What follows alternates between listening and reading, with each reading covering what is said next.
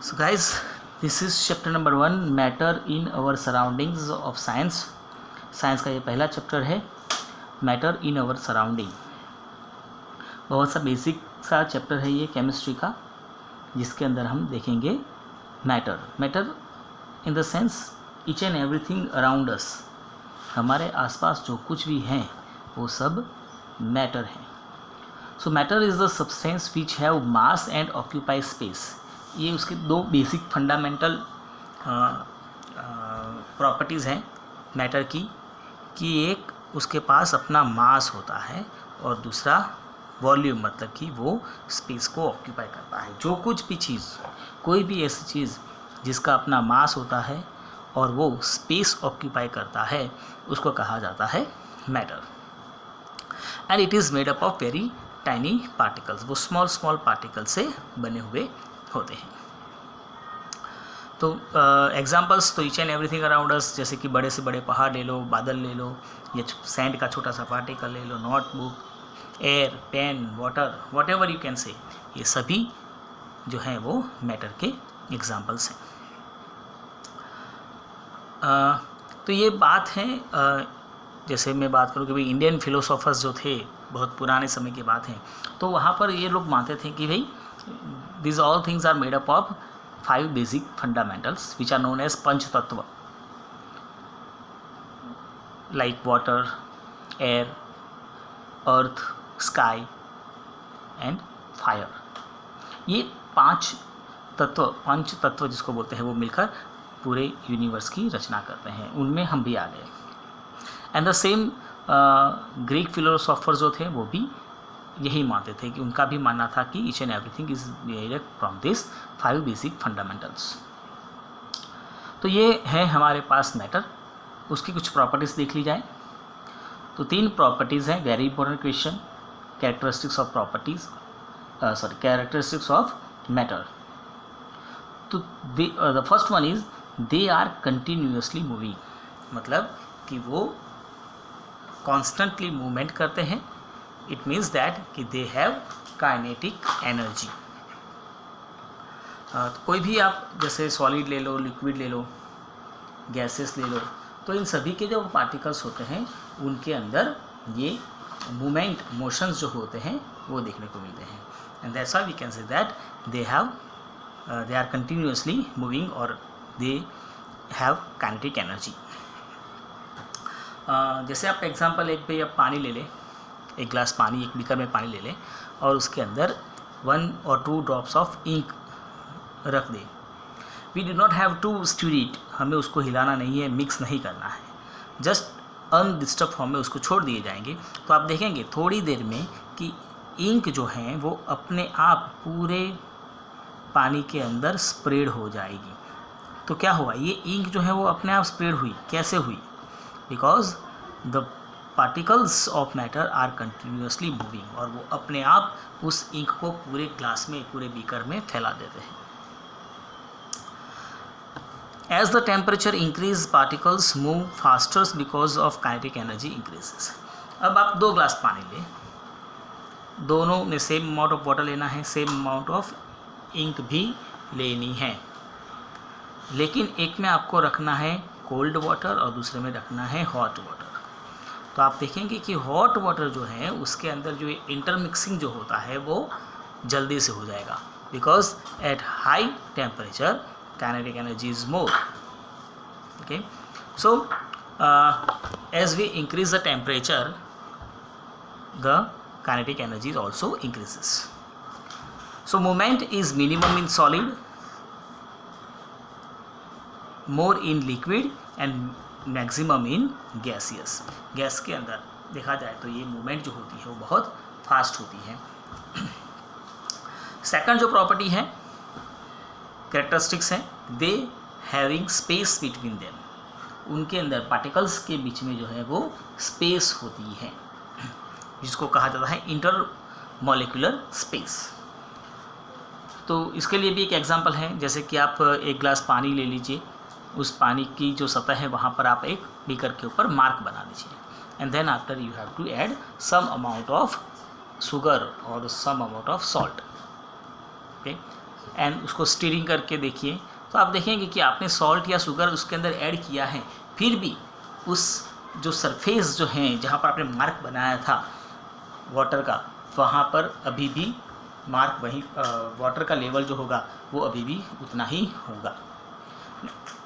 मतलब कि अगर हमने यहाँ पर सॉल्ट या शुगर ऐड किया है फिर भी वाटर की हाइट जो है वो इंक्रीज़ नहीं हुई है, तो वो शुगर या सॉल्ट जो था वो कहाँ गया?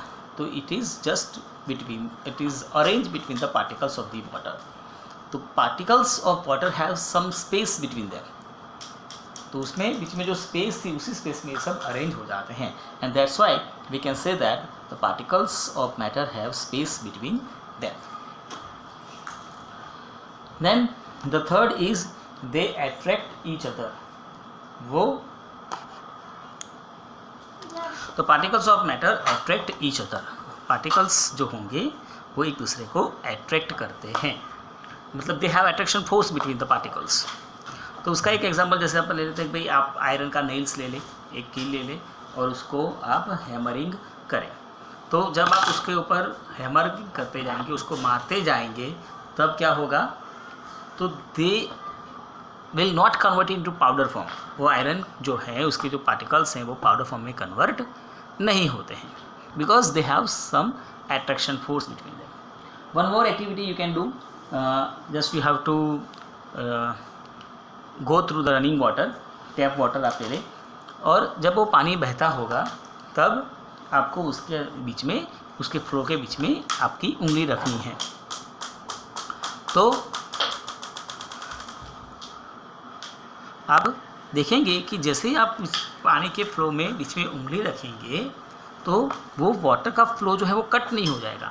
आप उंगली रखेंगे तो उसके आसपास में से पानी निकल जाएगा और निकलने के बाद फिर से वो एक दूसरे के पास में, मतलब सिंगल फ्लो स्ट्रीम हो जाएगी। तो बिकॉज ऑफ द अट्रैक्शन, यहाँ पर जो अट्रैक्शन था उसी की वजह से वो पार्टिकल्स जो है दूसरे के पास में आ जाते हैं।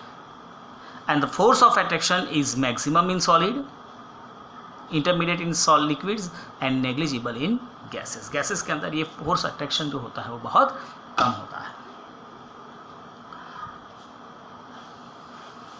And also one more thing कि भाई जैसे जैसे टेम्परेचर इंक्रीज होता जाएगा, टेम्परेचर इंक्रीज होता जाएगा, ये जो मूवमेंट है वो इंक्रीज होने के साथ साथ अट्रैक्शन जो है वो डिक्रीज होगा।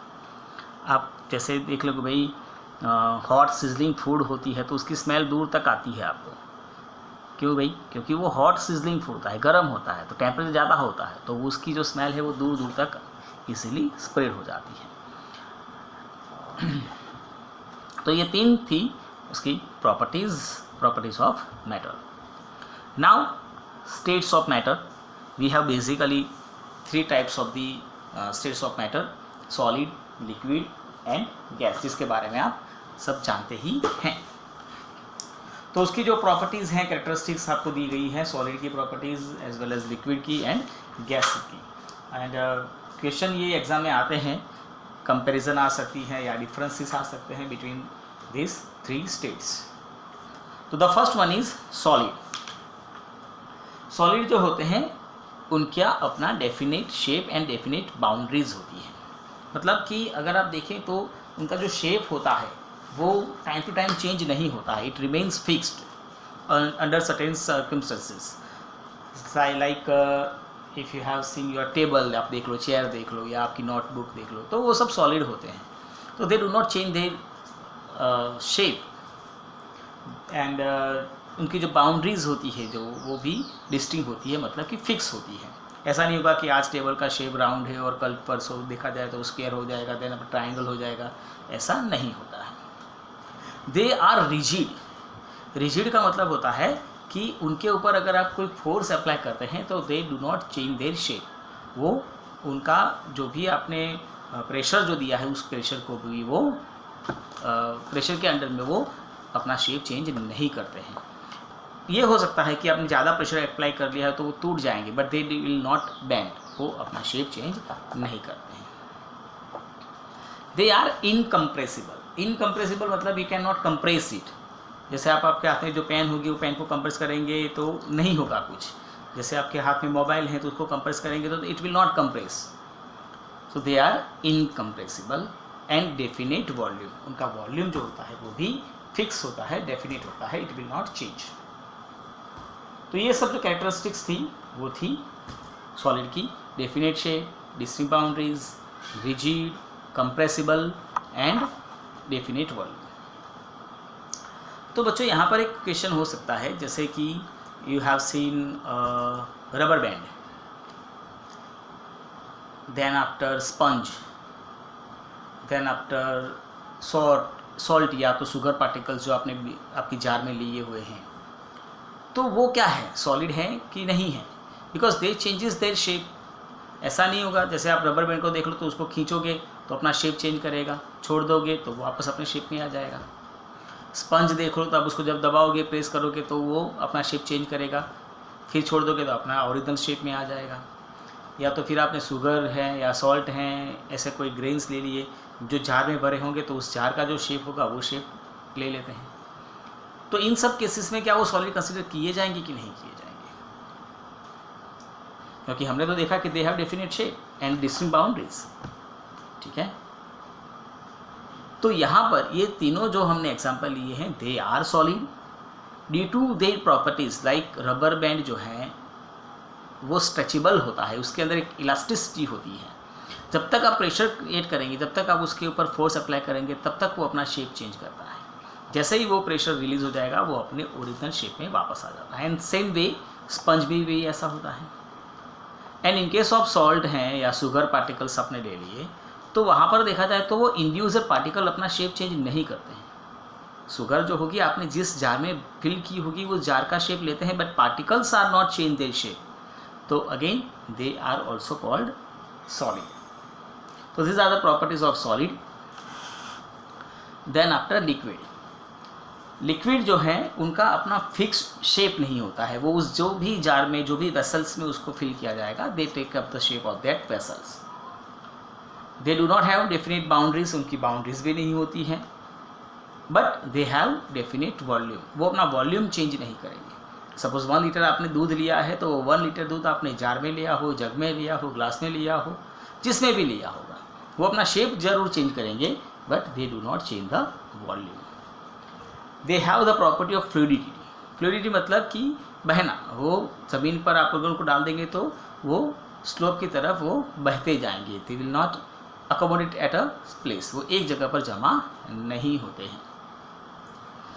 And with compared to that solid, they less little bit of they have compressibility, but no more, little bit of थोड़ी सी उसके अंदर compressibility होती है।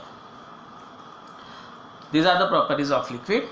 And now gas.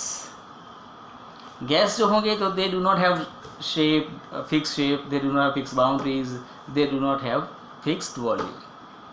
वो उनको जिस जार में भरा जाएगा उस जार का पूरा या जो भी वेसल है उस वेसल का पूरा जो स्पेस होते हैं वो ऑक्यूपाई कर लेते हैं। मतलब दे do not have fix volume, shape तो है ही नहीं, बाउंड्रीज भी नहीं है। दे हैव फ्लूइडिटी, वो भी फ्लूइड है, मतलब कि वो बहते हैं। And they have high compressibility, उसको आप कंप्रेस कर सकते हैं। अगर स्पेस की बात की जाए, इंटरमोलिकुलर स्पेस की बात की जाए, तो in case of the solid very least intermolecular space, in liquid intermediate हैं, जबकि गैसेस में इंटरमोलिकुलर स्पेस बहुत ज़्यादा होती है। एज वेल एज अगर हम फोर्स की बात करें, attraction force, it is highest in the case of the solid, intermediate in the liquid and very least into the gases. Gases में इंटरमोलिकुलर जो फोर्स होता है वो बहुत कम होता है। तो these are the properties of gases. ये तीनों जो हैं बच्चों, ये बहुत इम्पोर्टेंट पॉइंट हैं, ये आगे भी आपको आएंगे और बहुत इजी भी है। सॉलिड, लिक्विड, गैस जो आप छोटे से तब से पढ़कर आए हैं। तो these are the 3 states of matter, solid, liquid and gas. हमारे पास और भी 2 हैं जो आप देखेंगे आगे स्टैंडर्ड में, plasma and BEC, Bose Einstein condensate. Plasma जो है वो देखने को मिलता है सोलर के ऊपर, सन के ऊपर, स्टार्स के ऊपर जो होता है मटेरियल, वो प्लाज्मा के फॉर्म में होता है। Whereas BEC, Bose Einstein condensate जो था वो सत्येंद्र नाथ बोस और आइंस्टाइन ने कैलकुलेट किया था, उसको प्रेडिक्ट किया था। एंड आफ्टर दैट इसको फिर लेबोरेटरी में प्रोड्यूस किया गया था, बनाया गया था। Now the next point is change of state of matter. आप मैटर के स्टेट को चेंज कर सकते हैं? If yes then how it is, कैसे वो चेंज कर सकते हैं? तो उसको चेंज करने के लिए we can change the temperature और we can change the pressure. अब दोनों से, टेम्परेचर चेंज करके या तो प्रेशर चेंज करके उसको, उसका जो मैटर का जो स्टेट होता है उसको चेंज कर सकते हैं। तो if we increase the temperature, अगर आप टेम्परेचर को इंक्रीज करते जाएंगे सॉलिड के ऊपर, तो सॉलिड उस हीट को एब्जॉर्ब करके धीरे धीरे धीरे लिक्विड में कन्वर्ट होगा, और लिक्विड को अगर ज़्यादा आपने हीट किया then it will converted into gases form. For example अगर आप आइस क्यूब्स ले लो, उस आइस क्यूब्स को आप हीट दो, गर्म करो, then it is converted into water, और उस वाटर को ज़्यादा हीट देंगे then it will be converted into vapour. Vice versa, अगर आप वेपर को ठंडा कर दो तो वो वाटर में कन्वर्ट हो जाएगा, और वाटर को ठंडा कर दो तो वो आइस में कन्वर्ट हो जाएगा। मतलब by changing the temperature we can convert solid into liquid, liquid into gas, vice versa gases into liquid, liquid into solid. So we can change the state of matter by the changing of temperature as well as pressure. Pressure भी, अगर आप gases के ऊपर pressure increase करेंगे then it is converted to liquid, and liquid को ज़्यादा pressurise करेंगे then it is converted to solid, और अगर सॉलिड के ऊपर से अगर आपने प्रेशर कम कर दिया then it is converted to liquid, liquid में भी कन्वर्टेड टू गैसियस। यहाँ पर कुछ इम्पोर्टेंट हमारे पास टर्म्स हैं, melting point, boiling point, latent heat of fusion, latent heat of vaporisation, सब ये देख लिया अपन। तो पहला है मेल्टिंग पॉइंट। उसकी डिफिनेशन है कि the temperature at which a solid melts to form liquid at atmospheric pressure. Atmospheric pressure मतलब क्या होता है, जहाँ पर हम रहते हैं उस वहाँ पे जो प्रेशर होता है उसको कहा जाता है एटमॉस्फेरिक प्रेशर। हमारे ऊपर एटमॉस्फेयर का जो प्रेशर है, हवा का जो प्रेशर है, उसको कहा जाता है एटमॉस्फेरिक प्रेशर। और ये उस प्रेशर के ऊपर कोई एक सब्सटेंस, कोई भी एक सॉलिड जो है वो मेल्ट होना स्टार्ट कर दे, उस टेम्परेचर को कहा जाएगा melting point of that substance. सभी के लिए सेम नहीं होता है। जैसे अपन आइस के फॉर एग्जांपल आइस ले लें, तो आइस का जो मेल्टिंग पॉइंट होता है वो 0 डिग्री सेल्सियस होता है। तो 0 डिग्री सेल्सियस के ऊपर से फिर वो मेल्ट होना स्टार्ट कर देता है।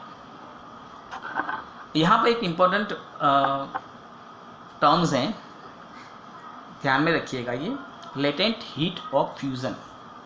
Latent heat of fusion, latent का मतलब होता हुआ है हिडन, छुपा हुआ। So the amount of heat required to change 1 kilogram solid to its liquid state, ये उसका डेफिनेशन है। मैं आपको एक्सप्लेन करता हूँ ये क्या हुआ। जैसे कि आपने एक जार ले लिया, बीकर ले लिया, उसके अंदर आइस क्यूब्स दे दिए हैं। अब उसके अंदर आपने एक थर्मोमीटर अरेंज कर दिया है, ठीक है। थर्मोमीटर में आप देखेंगे then you can find it is 0 degree Celsius. अब आप नीचे से उसको गर्म करने का स्टार्ट कर दें, गर्म करना। अब देखेंगे जब आप यहाँ पर हीट देते जाएंगे धीरे धीरे धीरे धीरे आइस जो है वो मेल्ट होता जाएगा, ठीक है। लेकिन if you observe the thermometer carefully you will observe that the temperature is not rising in the case in the thermometer. Temperature जो है वो राइस नहीं होता होगा, वो कंटिन्यूसली 0 डिग्री सेल्सियस ही रहेगा जब तक एक सिंगल आइस क्यूब भी प्रेजेंट है इस जार के अंदर, तब तक ये टेम्परेचर राइस नहीं होगा। आफ्टर दैट 100% आइस मेल्ट हो जाने के बाद ही ये टेम्परेचर राइस होगा। तो अब तक हमने जो हीट दी वो हीट गई कहाँ, क्योंकि if you touch the water it is cold, अभी तक वो पानी ठंडा ही होगा, उसमें कोई टेम्परेचर में राइजिंग हुआ ही नहीं है। अब थर्मोमीटर में भी देखिए वो 0 ही दिखा रहा है। इट मीन्स हमने जो हीट दी वो हीट कहाँ गई, वो हिडन है, लेटेंट है, छुपी हुई है। कहाँ छुपी हुई है? तो वो हीट जो है it is use to melt the ice, not the increase the temperature. वो आइस को गर्म नहीं करता है, वो आइस को मेल्ट करता है। तो we have given the heat energy to the jar which is used up to melt the ice, not in the used in the heat the ice. That's why this type of energy is known as latent heat, and here it is used for melting, it is known as fusion. So latent heat of fusion. Okay, now the second is boiling point. Boiling point, the temperature at which a liquid boil to form vapors at atmospheric pressure called boiling point. तो boiling point क्या होगा? जो liquid जो है वो vapours में यानी कि गैसेस में कन्वर्ट होता है एट 1 एटमॉस्फेरिक प्रेशर को कहा जाता है बॉइलिंग पॉइंट। जैसे वाटर है तो वाटर का 100 डिग्री सेल्सियस है बॉइलिंग पॉइंट, मतलब कि 100 डिग्री सेल्सियस के वो वेपर में स्टार्ट होता है। यहाँ पर भी एक टर्म है latent heat of vaporisation, the same thing, जहाँ पर फ्यूजन था यहाँ पर वेपराइजेशन है। So the amount of heat required to change 1 kilogram liquid to its gaseous state. जब हम कोई, अगर हम फिर से वो एग्जांपल ले लें, जो जार था हमने वहाँ पे पानी लिया हुआ है, now we have arrange the thermometer and as well as नीचे हमने लैंप भी रख दिया है या तो फिर बर्नर भी रख दिया है। अब हमने उसको पानी को गर्म करना स्टार्ट कर दिया है। Now the temperature is increasing and increasing and increasing, now it is reaches to 100 degree Celsius. Now you can see in the thermometer it is 100 degree Celsius. Now the temperature, अगर अब आप ज़्यादा गर्मी दे रहे हैं तो it is not recorded into the thermometer. Thermometer तो अभी भी 100 डिग्री सेल्सियस ही दिखाएगा, कॉन्स्टेंटली 100 डिग्री सेल्सियस दिखाएगा। तो अब जो हम हीट दे रहे हैं वो कहाँ जा रही है? तो वो अब पानी को गर्म करने में यूज़ नहीं हो रही है। Now the heat it is used in the convert the state of matter from liquid to gaseous. वो अब उस पानी को वेपर में कन्वर्ट करने में यूटिलाइज हो रही है। तो at the same time temperature जो है वो इंक्रीज नहीं होगा। तो ये था latent heat of vaporisation. And the last term is sublimation. Sublimation क्या होता है बच्चों? यहाँ पर हमने देखा कि भाई solid convert into liquid, convert to gaseous may be, और gases convert to liquid, liquid into solid. यहाँ पर लिक्विड का जो बीच में जो स्टेट आता है वो आएगा ही नहीं, मतलब solid converted into directly gaseous, gases converted directly to the solid. तो the change of solid directly to the vapour on heating and vapour into solid on cooling without passing through the liquid state called sublimation. जैसे आपने camphor देखा होगा, कपूर जिसको बोलते हैं हम, we are using in the puja पाठ, या तो फिर नैप्थेलिन बॉल्स जो होती है वो वाइट बॉल्स जो होती है कपड़ों में अलमारी में रखते हैं। तो आपने देखा कि they are converted to directly gaseous form from the solid. We never see the liquid form of these two substances. Camphor, it is also known as ammonium chloride. Ammonium chloride. तो ये जो है ammonium chloride या camphor या naphthalene balls, ये कभी भी liquid state में आते ही नहीं हैं। आप उसको गर्म करेंगे तो they will convert into gaseous form. उस गैस को आप कलेक्ट करके ठंडा कर देंगे तो convert into solid form. So this type of material are known as sublimates and the process is known as sublimation. तो यहाँ तक हम रखते हैं आज का चैप्टर। नेक्स्ट वीडियो में मैं